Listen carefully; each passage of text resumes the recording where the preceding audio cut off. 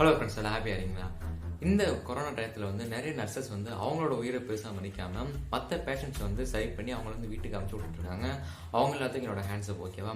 ஆனால் ஒரு பேஷண்ட், ஒரு நர்ஸ் வந்து 80க்கும் மேற்பட்ட கொலைகளும் 300க்கும் மேற்பட்ட பேஷண்ட்ஸ் வந்து சீரியஸான கண்டிஷன் கொண்டு போய் கொலை பண்ணுறதுக்கு முயற்சி பண்ணியிருக்காங்க. அவங்க அதில் வந்து 300 பேர் தப்பிச்சிருக்காங்க, ஓகேவா?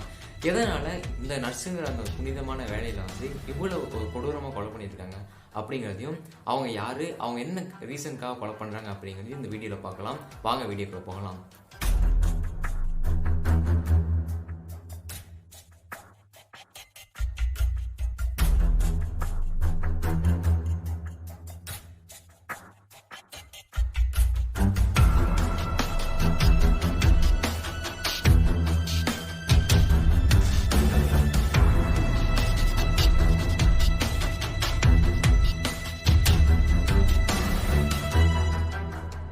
இவ்வளோ கொடூரமாக கொலை பண்ணிட்டு இருக்காங்க பார்த்தீங்கன்னா, இவங்களோட பேர் என்ன அப்படின்னு பார்த்தீங்கன்னா கிறிஸ்டின் கில்பர்ட். இவங்க வந்து எங்கே பிறக்கிறாங்க அப்படின்னு பார்த்தீங்கன்னா, அமெரிக்காவில் இருக்க ஃபால் ரிவர் அப்படிங்கிற ஒரு இடத்துல வந்து நவம்பர் 13 1967 பிறக்கிறாங்க. இவங்க தன்னோட சின்ன வயசுல இருந்தே ஒரு கற்பனையான ஒரு பொய்யான சித்தரிக்கப்பட்ட சம்பவங்கள் வந்து நிறைய பேர்ட்ட சொல்லி அவங்க வந்து நம்ப வைக்கிறாங்க. அதே மாதிரி தன்னோட சக மாணவர்கள் இருக்காங்க பார்த்தீங்கன்னா, அவங்ககிட்ட வந்து வன்முறையில் ஈடுபடுறாங்க.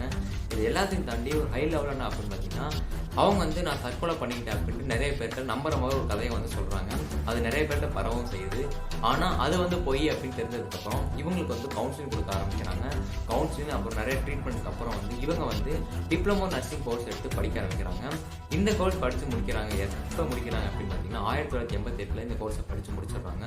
முடிச்சதுக்கப்புறம் இவங்களுக்கு வந்து கல்யாணம் ஃபிக்ஸ் பண்ணுறாங்க. யார் அப்படின்னு பார்த்தீங்கன்னா கிளீன் அப்படின்னு ஒருத்தரோட கல்யாணம் ஃபிக்ஸ் பண்ணி கல்யாணம் முடியுது.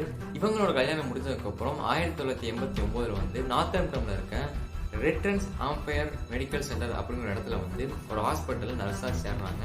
இவங்க அந்த ஹாஸ்பிட்டலில் வந்து நர்ஸாக சேர்ந்ததுக்கப்புறம் என்ன ஆகுது அப்படின்னு பார்த்தீங்கன்னா, இவங்க வேலை பார்க்குற டயத்தில் வந்து அதிகமான பேஷண்ட்ஸ் வந்து ஹார்ட் அட்டாக்ல வந்து இறக்க ஆரம்பிக்கிறாங்க.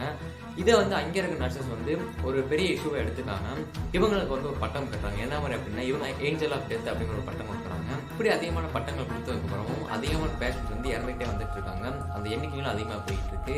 இப்படி போயிட்டு இருக்கும்போது தான் ஒரு 3 நர்சஸ் என்ன பண்ணுறாங்க அப்படின்னு பார்த்தீங்கன்னா, 1996 வந்து இந்த மாதிரி நிறைய பேஷண்ட் வந்து இறக்குற சம்பவம் வந்து அதிகமாக போய்கிட்டு இருக்கு. எண்ணிக்கைகள் அதிகமாக போய்கிட்டு இருக்கு. இதை தடுத்து நிறுத்தணும். யார் இந்த மாதிரிலாம் பண்ணிட்டு இருக்கா, இது நார்மலாக, அதாவது இயற்கையாக இந்த மாதிரி இறந்துட்டு இருக்காங்களா இல்லை உண்மையிலே யாரும் அவங்களை கொலை பண்ணுறாங்க அப்படிங்கிறதுக்காக ஒரு இன்வெஸ்டிகேஷன் மாதிரி நடத்தணும் அப்படின்ட்டு ஒரு புகார் கொடுக்குறாங்க. அந்த ஹாஸ்பிட்டலும் என்ன பண்ணுறாங்க அப்படின்னு பார்த்தீங்கன்னா, இன்வெஸ்டிகேஷன் வந்து யார் என்ன பண்ணுறாங்க அப்படின்ட்டு தொடர்றாங்க.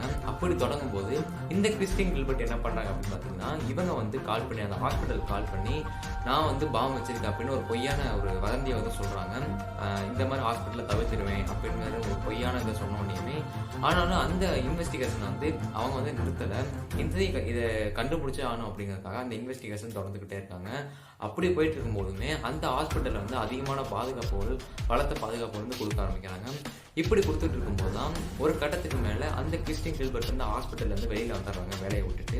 அதுக்கப்புறம் கொஞ்ச நாள் கழிச்சு என்ன ஆகுது அப்படின்னு பார்த்தீங்கன்னா, இவங்க கொலை மிரட்டல் விட்டாங்க பார்த்தீங்கன்னா, அந்த பாம் வச்சிருக்கு அப்படின்ட்டு அது வந்து கண்டுபிடிச்சிடுறாங்க. கண்டுபிடிச்சி கிறிஸ்டின் கில்பர்ட் தான் இந்த மாதிரி கொலை மிரட்டல் விட்டுருக்காங்க அப்படின்னு கண்டுபிடிச்சதுக்கப்புறம் இவங்களை வந்து 15 மாதம் வந்து இவங்க ஜெயிலுக்கு போடுறாங்க.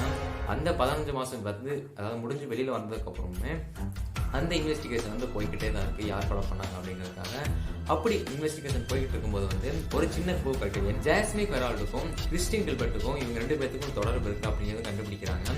அந்த ஜாஸ்மின் ஃபெரால்டை வந்து விசாரணை செய்யும்போது தான் ஒரு உண்மை வெளியே வருது. என்ன அப்படின்னு பார்த்தீங்கன்னா, ஒரு டைம் கிறிஸ்டின் கில்பர்ட் வந்து என்கிட்ட வந்து நான் ஒருத்தவங்களை கொலை பண்ணிட்டேன் அப்படின்னு சொல்கிறாங்க. அப்படின்னு சொன்னோடனே இவங்க வந்து இதை ஒரு ப்ரூஃபாக வச்சுக்கிட்டு கிறிஸ்டின் கில்பர்ட் வந்து அரெஸ்ட் பண்ணிடுறாங்க.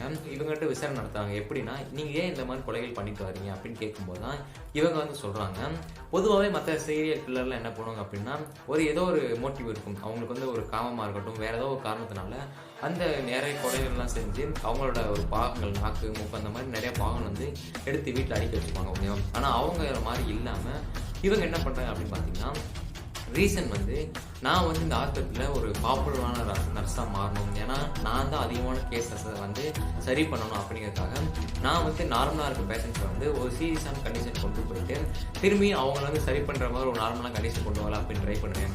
அப்படி ட்ரை பண்ணும்போது நிறைய பேர் வந்து இறந்துருக்காங்க அப்படின்னு சொல்கிறாங்க. ஆனால் இவங்களை பிடிச்சதுக்கப்புறம் இந்த மாதிரி உண்மையில் தெரிஞ்சிச்சு பார்த்தீங்களா. தெரிஞ்சதுக்கப்புறம் இவங்க வந்து கொலை பண்ணதுக்கான ஒரு 4 பேரை கொலை பண்ணதுக்கான எவிடன்ஸ் தான் இருக்கிற காரணத்தினால வந்து இவங்களை வந்து பிடிக்கிறாங்க. பிடிச்சி இவங்களுக்கு மரண தண்டனை விதிக்கிறாங்க. ஆனால் இவங்க வந்து எவிடன்ஸ் இல்லாமல் கொலை பண்ண எண்ணிக்கையில் பார்த்தீங்கன்னா 80க்கும் மேலே இருக்கு. அதே மாதிரி முன்கூட்டியே சொன்னேன் பார்த்தீங்களா, 300க்கும் மேற்பட்ட நார்மலான நோயாளிகளை வந்து இவங்க வந்து ரொம்பவும் சீரியஸான கண்டிஷன் கொண்டு போயிருக்காங்க. ஒரு ஃபைனலி இவங்களுக்கு வந்து ஒரு மரண தண்டனை விதிக்கிறாங்க. அப்புறம் இவங்களுக்கு வந்து ஒரு கேஸை வந்து மேல்முறையீடு பண்ணி இவங்களோட மனநிலை வந்து சரியில்லாத காரணத்தினால இவங்களுக்கு வந்து நம்ம மரண தண்டனை கொடுக்கறது தவறு அப்படின்னு சொல்றாங்க. அதனால என்ன பண்றாங்க அப்படின்னு பார்த்தீங்கன்னா இவங்களுக்கு வந்து ஆயுள் தண்டனை கொடுக்குறாங்க. ஆனால் என்னதான் ஆயுள் தண்டனை கொடுத்தாலும் அந்த இறந்து போனாங்க பார்த்தீங்கன்னா நோயாளி, அவங்களோட ரிலேட்டிவ்ஸ் தான் இவங்க என்ன பண்ணாங்க அப்படின்னு பார்த்தீங்கன்னா இவங்களுக்கு வந்து மரண தண்டனை கொடுக்கணும், ஆயுள் தண்டனை கொடுக்கக்கூடாது அப்படின்ட்டு ஒரு சொல்கிறாங்க. சொன்னதுக்கப்புறம் ஆனால் அதை வந்து கோர்ட் ஏற்றுக்கல. ஃபைனலி என்ன பண்ணாங்க அப்படின்னு பார்த்தீங்கன்னா மார்ச் 26, 2001 வந்து இவங்களுக்கு வந்து மரண தண்டனை அதாவது ஆயுள் தண்டனை கொடுக்கப்படுது. ஃபைனலி இவங்க வந்து ஜெயிலுக்கு போயிடுறாங்க. ஓகேவா? சரி, ஓகேவா? இந்த வீடியோ வந்துட்டு நம்ம வந்துட்டோம். இந்த வீடியோ உங்களுக்கு பிடிச்சிருந்துச்சு அப்படின்னா கமெண்ட் பண்ணுங்கள். அதே மாதிரி நீங்கள் எதுவும் இந்த மாதிரி விஷயம் தெரிஞ்சுக்கணும் அப்படின்னா அதையும் கமெண்ட் பண்ணுங்கள். நான் அதை பற்றின ஒரு தனி வீடியோவை உங்கள் நேம் மென்ஷனோட போடுறேன். ஓகேவா?